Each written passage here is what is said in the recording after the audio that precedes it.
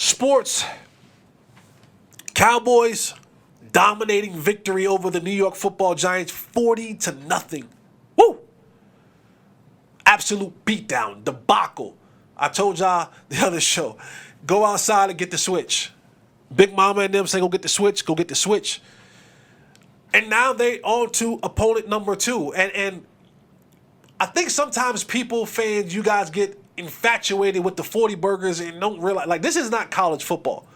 You can't just think you're going to put up 40 points a game every single game. And I know you're all thinking, well, the Jets won't have the bad man, the boogeyman, who I feel has kind of almost renamed AT&T Stadium to his own home. Because Aaron Rodgers would come into AT&T Stadium and do what he wanted, when he wanted, to who he wanted to, no matter what uniform he was in. But he will not be in uniform this week. The boogeyman will not be making an appearance in our dreams and our nightmares, causing us harm and grief. But some of you may think that it's just another opportunity for a blowout. And I hope it is. For your sake and for my sake, I hope that it is. But this Jets team, they're going to look at this situation as one that maybe we can go in and steal one. They stole one against Buffalo. Buffalo coming into that game, some may have thought, it was even matchup with the quarterbacks being equal or close to being equal. Aaron Rodgers goes out after 4 plays, and everyone's thinking, this is Buffalo's game. They have the superior quarterback. And the Jets fought, and they scratched, and they clawed, and they gnawed their way to a victory. And I think coming into this game, can you ask yourself, does an injury like losing your star quarterback, can it galvanize a group? Can it bring a group together? And in some instances, I would say yes. Remember, this Cowboys team was without their starting quarterback last year. And they won 5 games. Or 4 out of 5 games. With their backup quarterback. So in a sense of, they said, defensively, the Cowboys said defensively, we're going to be the rock of this thing. And I think the Jets have a defense that's good enough to galvanize a group. They're really good up front. Of course, being led by Quinnen Williams. He is a stud up front. He is strong, 6'3", 6'4", 305 pounds. He is. I love Quinnen Williams. His greatest highlight, one of his greatest highlights was when he was doing an interview after he was drafted. He sneezed. He blessed himself and thanked himself all at the same time. That's a phenomenal. When you can sneeze and go, achoo, bless you, thank you. Like, that's amazing. I've loved Quinnen Williams since then. Quinnen Williams also has his little brother playing behind him, Quincy Williams, who had 10 tackles last game against the Buffalo Bills. But this is going to be an uphill battle for the New York Jets because they do not have Aaron Rodgers. One of the main reasons they brought Aaron Rodgers over here, of course, future Hall of Famer, first ballot, no doubt. They didn't like what they had in Zach Wilson. They didn't think that he was good enough to lead this team to the promised land. And when you have a defense that's built this good and has guys like Sauce Williams, have guys like... Gardner. You said Sauce Williams. Sauce Williams, excuse me. Sauce Gardner, Quinnen Williams, and others on this team. The only missing piece was the quarterback. They found a situation. Nathaniel Hackett was over here. He was with Aaron Rodgers in Green Bay. And so it was a match made in heaven. Only problem is, Father Time is usually undefeated. And you can have your feeling and how you feel about it. And we'll talk more about grass versus turf because that's a discussion. I'll talk a little bit more about that later on in the show. But 4 plays in, Aaron Rodgers is out. And now what this team has to do is they have to find a way to win football games in a way that they weren't prepared to do it this season. The defense for the Jets was going to be an integral part. They are standalone good enough to win you games or to not lose you games. But the offense isn't good enough under Zach Wilson to put another team on notice.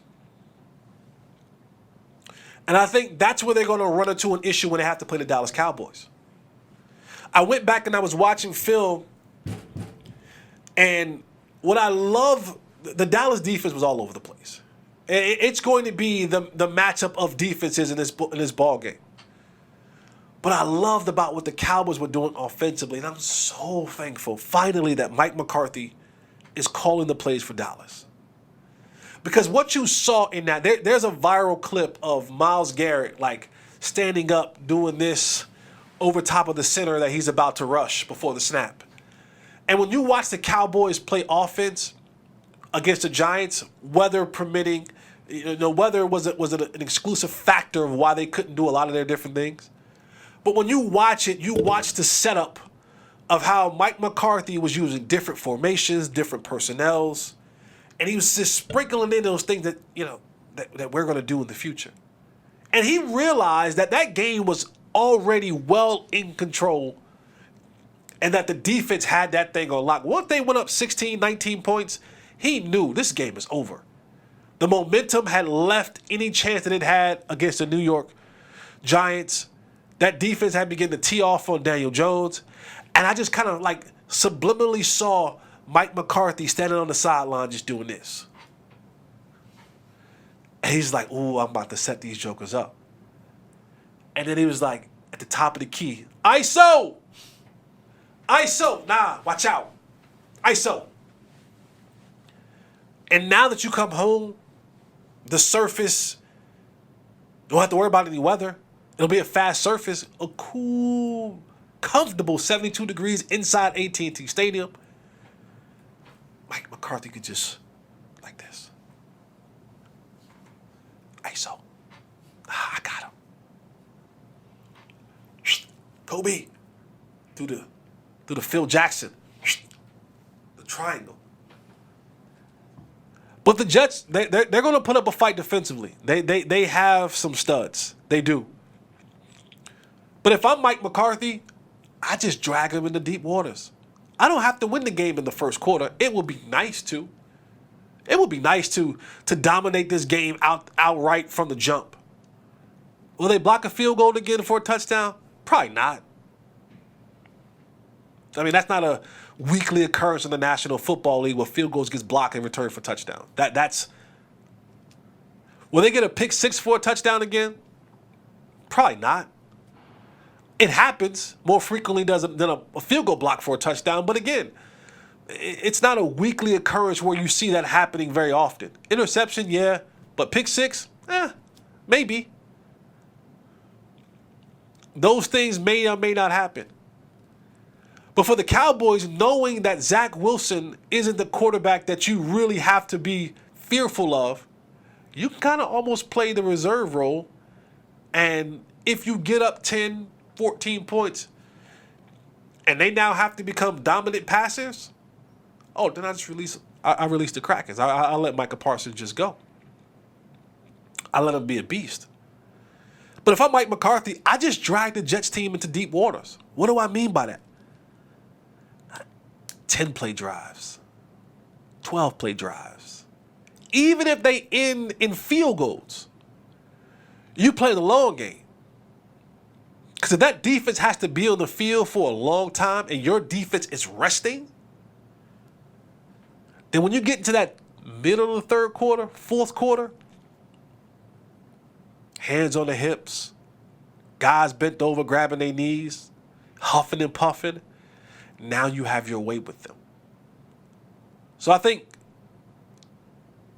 if I'm Mike McCarthy, I play this very methodical. Now, if the game presents itself and we get up 21-0, it is what it is. I don't think 40 burgers and donuts are this is not college football. Like you just don't beat NFL teams like that week in and week out. You'll catch one slipping every now and again. But overall, that just doesn't happen that way.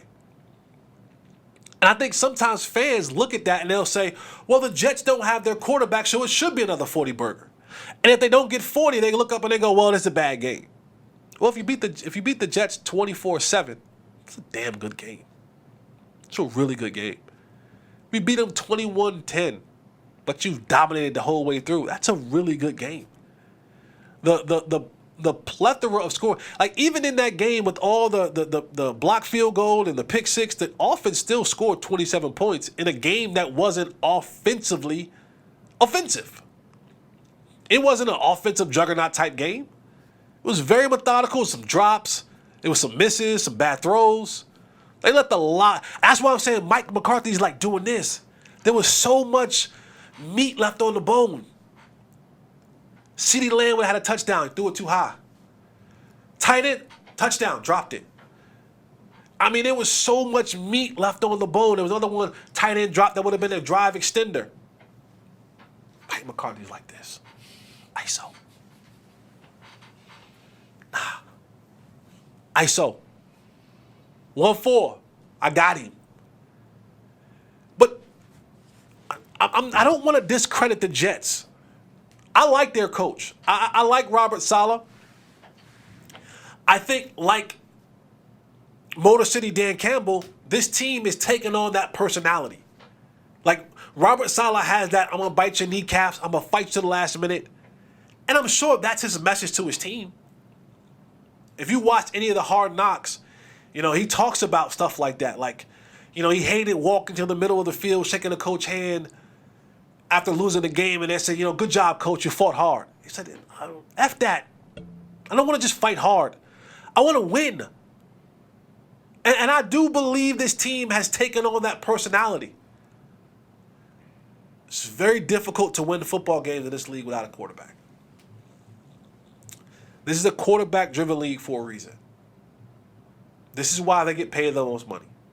This is why they make $40 to $50 and $500 million and $260 million guaranteed and $50 million a year. This is why. This is a quarterback-driven league. And while Zach Wilson has some talent, he ain't it. If he was Himmy Wilson, if he was that dude, then there would have been no reason for Aaron Rodgers. You would have marched on with Zach. But you saw that you were deficient in that area, and you made the move to bring Aaron Rodgers. Rightfully so. Trust me. I would have made the trade too. To get Aaron Rodgers, 39 years old, I don't care. Bring him. Aaron Rodgers is the type of quarterback that could propel you to the next level. Especially in a division that used to be dominated by the Patriots. It's wide open now. It's wide open. Miami's up and down. We don't know what Tua's going to be. If he's one head knock from being out. Buffalo, they're up and down. New England is a mess. This was an opportunity for you to come in and actually win this division. But losing Aaron Rodgers made this a very, very steep and tough uphill battle. This ascension to the top is going to be a difficult one.